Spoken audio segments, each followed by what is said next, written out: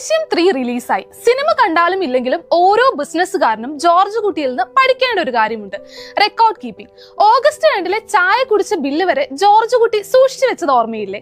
സിനിമയിൽ അത് പോലീസിനെ തോൽപ്പിക്കാനാണെങ്കിൽ ബിസിനസ്സിൽ അത് ടാക്സ് ഡിപ്പാർട്ട്മെന്റിനെ നേരിടാനാണ്. നമ്മുടെ നാട്ടിലെ പല ബിസിനസ്സുകളും പരാജയപ്പെടുന്നത് ലാഭമില്ലാത്തത് കൊണ്ടല്ല, പകരം കൃത്യമായ ഫൈനാൻഷ്യൽ റെക്കോർഡ്സ് ഇല്ലാത്തത് കൊണ്ടാണ്. ഒരു റെയ്ഡ് അല്ലെങ്കിൽ ഒരു നോട്ടീസ് വരുമ്പോൾ വെറും കഥകൾ പറഞ്ഞിട്ട് കാര്യമില്ല. ജോർജ് കുട്ടിയെ പോലെ തെളിവുകൾ നിരത്തണം. ബിസിനസ്സിൽ നിങ്ങളുടെ രക്ഷയ്ക്ക് വേണ്ട 3 ഇമ്പോർട്ടന്റ് കാര്യങ്ങൾ: ഫസ്റ്റ്, GST ബില്ലിംഗ്. ഓരോ രൂപയുടെ ഇടപാടിനും ബില്ല് ഉറപ്പാക്കുക. Second, expense tracking. ചെറിയ ചിലവുകൾ പോലും കൃത്യമായി റെക്കോർഡ് ചെയ്യുക. Third, audit trial. പണം എവിടെ നിന്ന് വന്നു, എങ്ങോട്ട് പോയി എന്ന് കൃത്യമായി ട്രാക്ക് ചെയ്യുക. ഓർക്കുക, നിയമപ്രകാരം നിങ്ങളുടെ ബിസിനസ് ബില്ലുകളും അക്കൗണ്ട്സും കുറഞ്ഞത് 6 വർഷമെങ്കിലും സൂക്ഷിച്ചു വെക്കണം.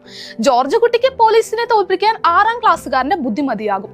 പക്ഷെ ബിസിനസിനെ സുരക്ഷിതമാക്കാൻ കൃത്യമായ ടാക്സ് പ്ലാനിംഗ് തന്നെ വേണം. ഇനി ജോർജ് കുട്ടിയെ പോലെ വ്യാജ ബില്ലുകൾ ഉണ്ടാക്കാൻ നോക്കിയാൽ കളി മാറും.